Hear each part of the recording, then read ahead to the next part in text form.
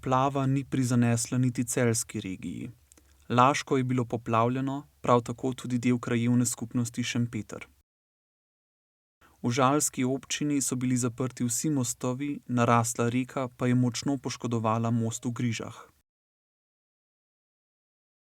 Tudi društvo oseb z okvaro sluha celjske regije se je takoj odzvalo in se pri svojih članih pozanimalo, kakšno stanje je pri njih.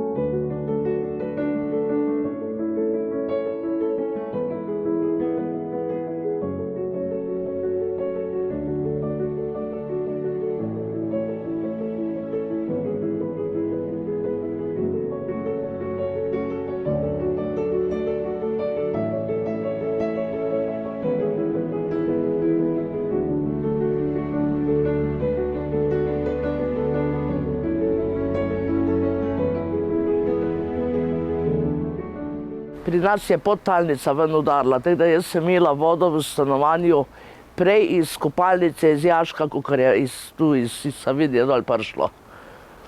Jaz sem že imela 15-20 cm vode iz kopalnice iz jaška, prednje tu noter pol udarilo od zunaj, ne. Ja, stali smo brez vsega.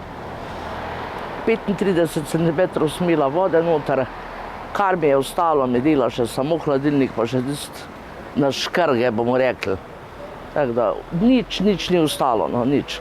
Kako je pomagalo? Vsi, lahko rečem, vsaka čast, kapo dol vsem, od kaj je že, Karitasa, ljudje hodijo, ben so v glavnem stanovanje zrihtali, čistili, jaz nisem čist nič. Razen tisto, kar sem prej rečila, prednje je zalilo, koliko sem lahko, ne. Da sem garderobo si rešila, pa take malenkosti, da sem dvignala. Ostalo pa so mi čisto vse pomagali.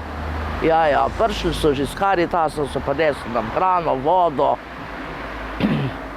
Zdajle gremo še na Rdeči križ v Žalc, da nam bojo razdelili te čopiče, barve, pa te zadeve razkuževati pridejo danes. Nismo sami, ne. Nismo, ne. Ta gospod je prišel, ne, ker sem jaz rekla, gospe Sibili, da ne rabim, ne. Če sem jaz imela že vse urejen. Še iz zapora so nam poslali delavci, fante, no, da so prišli, da so mi še klet spraznili, kar je bilo za stran. V glavnem ni bilo problema, res. Smo složni, ja. Rabim samo finančno pomoč, da si kupiš pohištvo. Druga pa čisto nič, se pravi, ker je razen hladilnik mi še dela, no. Ta še dela na škrge. Te garderobo, to sem si tako rešila, posteljnino tudi, hvala Bogu. Se pravi, opremo, to je vse adijo.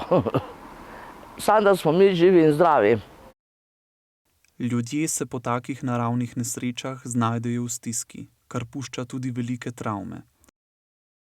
To je izkusil tudi predsednik celjskega društva leta 1990 med takratno poplavo.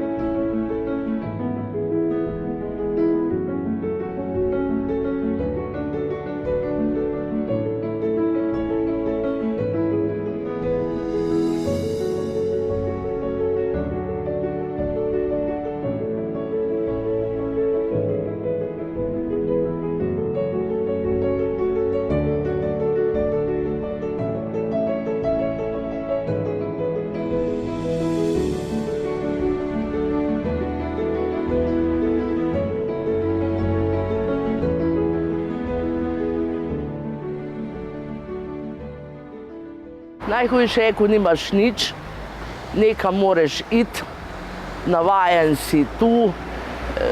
Jaz se še pa zdravim za anksioznost in redko kje lahko, da spim, da imam tisto, tako imam tu recimo, ne. Ne vem, to je najhujše, pa starejši si že, navajen si doma biti, da pa spet nekam drugam. Ker to pa ne bo tako malo trajalo, ne, da bojo sanirali vse. Tako da ni luštno, no, ni fajn. Sam zgleda, da moramo to vse v življenju preživeti, ne. Nacionalni inštitut za javno zdravje je po poplavah na teren poslal tudi 7 mobilnih ekip za psihosocialno pomoč prebivalcem na prizadetih območjih. 2 ekipi so vzpostavili v Centru za duševno zdravje odraslih v Ravnah na Koroškem in v Velenju. Po 1 ekipo pa v okviru Centrov za duševno zdravje v Celju, Logatcu in Domžalah. Gluhi in naglušni pa se lahko obrnete na Reha center Sluh, ki bo nudil razbremenilne pogovore. Prav tako bodo strokovnjaki prišli po potrebi tudi na teren. Če so gluhi in naglušni v poplavah izgubili vavčerje za plačilo stroškov tolmačenja slovenskega znakovnega jezika, lahko zaprosijo za nove vavčerje na območnih centrih za socialno delo. V tem primeru je potrebno le, da oseba poda izjavo, kolikšno število vavčerjev je bilo uničenih, in sporoči naslov, kamor se vavčerje vroči. Ministrstvo za delo, družino, socialne zadeve in enake možnosti bo poskrbelo tudi za povrnitev izgubljenih in uničenih tehničnih pripomočkov. Oseba, ki ji je bila priznana pravica do tehničnega pripomočka z liste tehničnih pripomočkov in je bil le-ta uničen zaradi poplav, lahko na katerikoli upravni enoti poda izjavo o uničenem pripomočku. V vlogi mora predložiti dokazilo, da je v poplavah utrpela škodo.